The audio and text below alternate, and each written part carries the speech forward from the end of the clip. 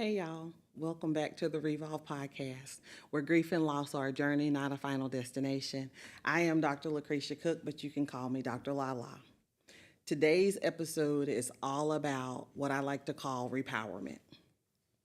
That's a bold, beautiful decision to stop just surviving and start reclaiming the strength and purpose that grief tried to steal, right? This is where your healing becomes an active part of your life, right? Where you're making conscious steps to pursue healing, to get out of that hole of depression that you may be in, to let go of the grief that's been holding on to you, right? So that's what we're going to talk about. We're going to talk about repowerment. Because here's the thing about survival.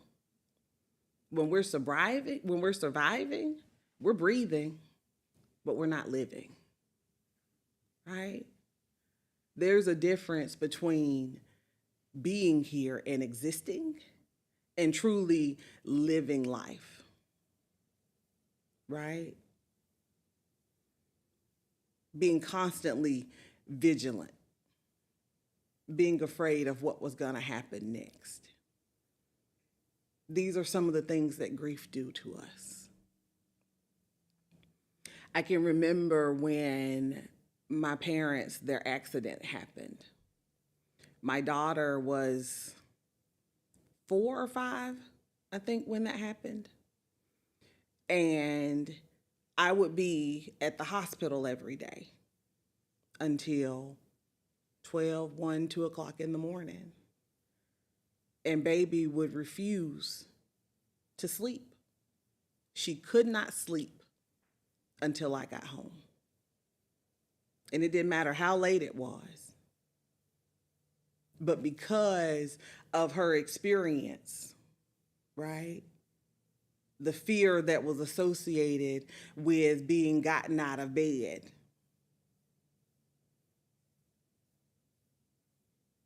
that made her be vigilant. Because the night of my folks' accident, we had actually just put her down. And so I had to get her out of bed. And that's when she learned that the B-Day had died and the nanny was in the hospital. So for her, me being away from home was scary. And her way of dealing with it was to wait up for me. It didn't matter what time of night I came in, she was going to be up. And as soon as I walked in and she was able to give me hugs and kisses, she would go right to sleep. But that's what grief does to you, right?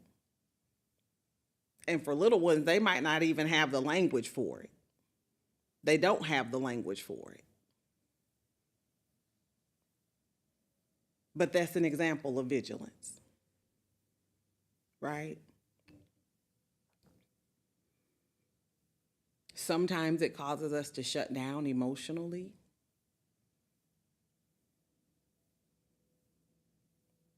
For me, it was one of those situations where if you even looked at me too long, I would start crying. I would. You didn't have to say anything. I would just completely shut down and dissolve into tears.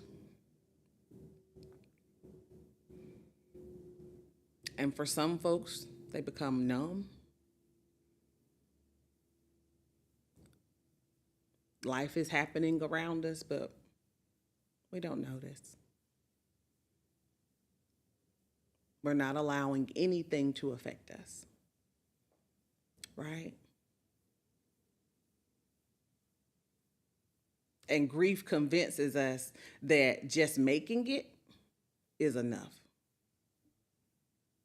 If I can just get through the day, that's really all that matters. If I can just survive the day, that's all that matters. But the truth is, God created us for more than just survival, right? And during this season, a lot of us learn to cope, right? And some of us mistake being able to cope with being healed. And they're not the same, right? Because you can learn to cope with the madness and the chaos. But that doesn't mean that those areas are healed, right? Because surviving isn't the same as living. It's not. And repowerment begins the moment we acknowledge that we are meant to thrive and not just exist. We are meant to be able to live our best lives. And that's not to say that we won't have pain, that we won't experience heartache, that bad things won't happen. That's not to say that. But in the midst of those things happening, you can still have joy. Right? You can still be happy despite all of those things happening. Repowerment is where we shift from being powerless to being purposeful, right? And being able to recognize that the strength that you need already exists within you. You are so much stronger than you know, so much stronger than you give yourself credit for. You've been through things and you're still standing when other people would have folded by now. Do you hear me? Somebody else may have folded if they had to go through what you're going through.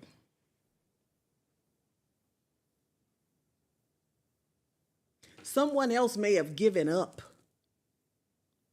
Someone else may have said that they didn't want to live this life anymore if they had had to go through what you've been through. Oh, Jesus.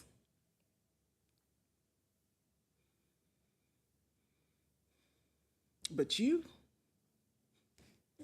chose to stand.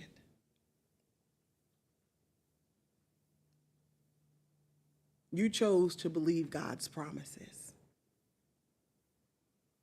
You chose to make intentional choices to reclaim joy and peace and confidence.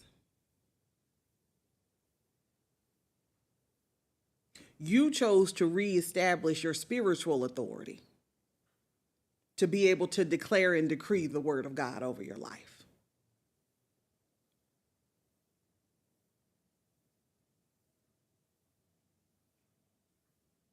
You chose to tell the enemy, you cannot have my life. You don't have power over my situation. You chose to do that. That's what you did. And so repowerment doesn't mean that your life suddenly gets easy. It means that you begin to see yourself differently. That you begin to see yourself in the way that God sees you, right? And you stop accepting the lie that grief and loss, your life experiences, disqualify you from having joy. That's what repowerment means, right?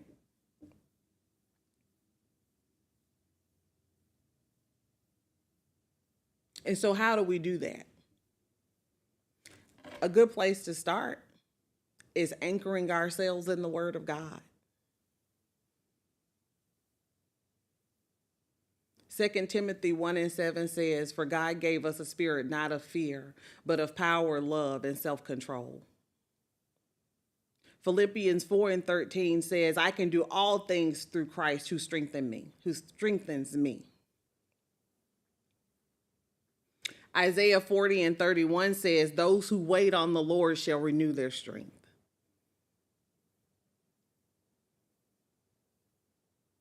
And these scriptures aren't just meant for inspiration.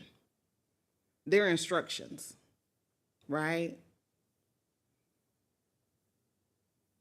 They remind us that God has already equipped us to stand, to choose power over fear, and to rise with renewed strength. Now, the important thing is to remember that you can't do these things alone. You do these things with God.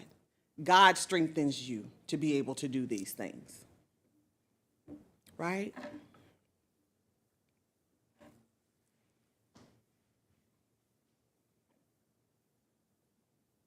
And as always,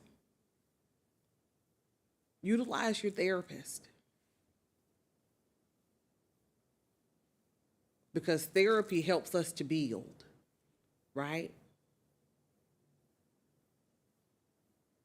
Use it in combination with your faith. Combine the two. Let them work together. Because our faith restores our identity and purpose, and therapy uncovers hidden patterns and empowers healthy coping skills. And when we do those things together, they help us to develop emotional boundaries and spiritual clarity. Because one of the most important things we can do in this season of our lives is to stay connected to God. Right? And to also stay connected to ourselves. Because sometimes when we're going through things, we become disconnected. So embrace Jesus and therapy so that we can build the kind of strength that lasts. Because these aren't temporary fixes, right? Because one guarantee in life is that life is gonna life. It's not always gonna be easy. It's not always gonna be unicorns and rainbows. That's just a reality.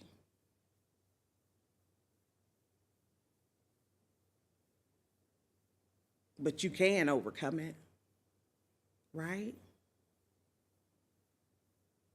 And some of the things that you can do to help reclaim your strength, to help build your strength, is like daily declarations. Speak life over yourself, right? Because our words have power. And I think sometimes we forget that we can create our own reality based on the things we say. Because if you wake up every day and your first thought is, today is going to be a horrible day, guess what? Today's going to be a horrible day.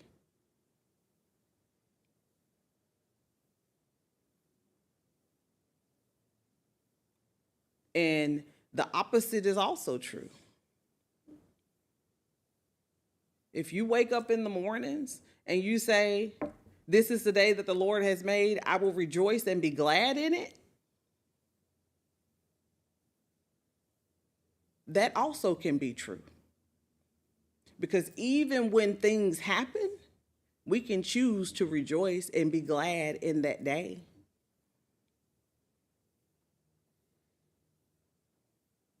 We can choose to do that, right? We don't have to allow our experiences to shape our response.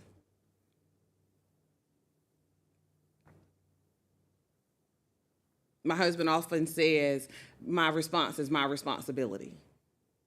So however I respond to any situation, that's my responsibility.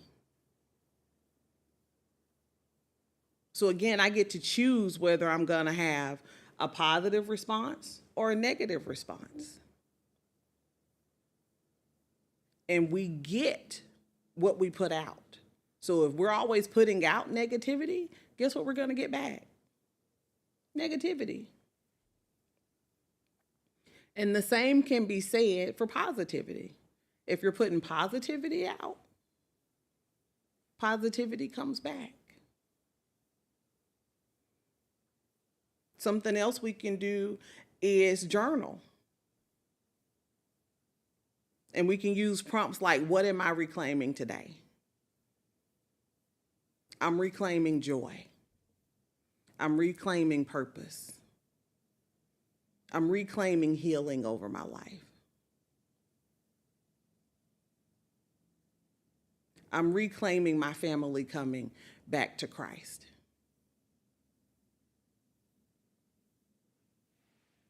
You can also reconnect to your purpose through service. Maybe you're someone who likes to volunteer at the Boys and Girls Club. Maybe you enjoy serving at a women's shelter. Right? In this season, it's important to identify triggers and tools that help us to respond with power and not panic. Right? Because here's the reality. Sometimes in life, when we're going through these heavy seasons, everything makes us panic. And we're always looking for the other foot to drop. Right? So instead of doing that, we want to build healthy habits. Right? Because every small act of clarity, every intentional moment of self-love is a form of reclaiming your power. Right? Repowerment is an open door. You just need to walk through it. Right? What strength has grief tried to silence in you?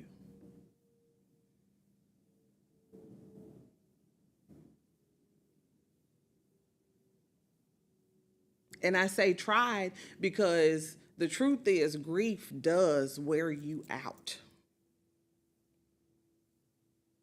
It does. It can be exhausting. Right? Sometimes it's so heavy that it's the only thing that you can think about. It completely consumes you. Right?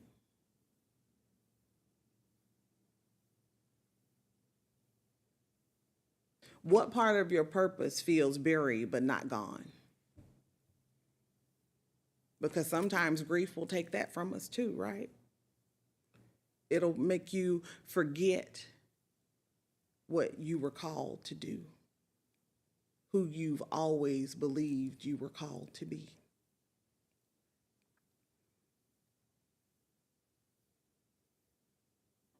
These are just some of the things that grief does to us. But I want you to remember that you're not behind. You're not lost.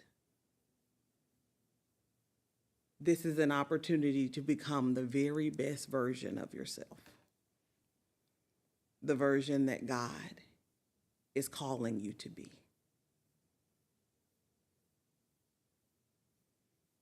This is an opportunity for you to rise to the occasion. Not for anybody else, but for you. Right? Because you have to do these things for yourself.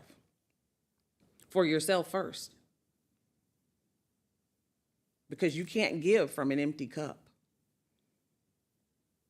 If you're completely depleted, you have nothing to give to the people who depend on you. Right? So it's time to rise to the occasion. And to believe that strength doesn't have to be loud to be real. right?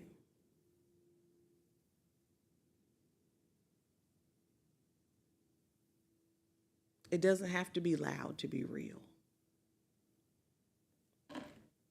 It's that still quiet voice saying, you know what? I'm going to keep going another day. This is hard, but I've done things that were harder. This is tough, but I'm tougher, right? This is what we're called to do. And so today, as we close out, I just want to remind you that you are so much stronger than you know, and that you are not defined by your life experiences. This is only one small chapter in the book of your life, right? Only one small chapter. But you can do this. You can do this. So if this episode has spoken to you, subscribe. We're going to walk through healing together. Share this episode. Someone in your life might need it. They might need this message. And send me a message. Let's talk about your journey to repowerment. And until next time, keep choosing healing. Keep choosing joy. I love y'all.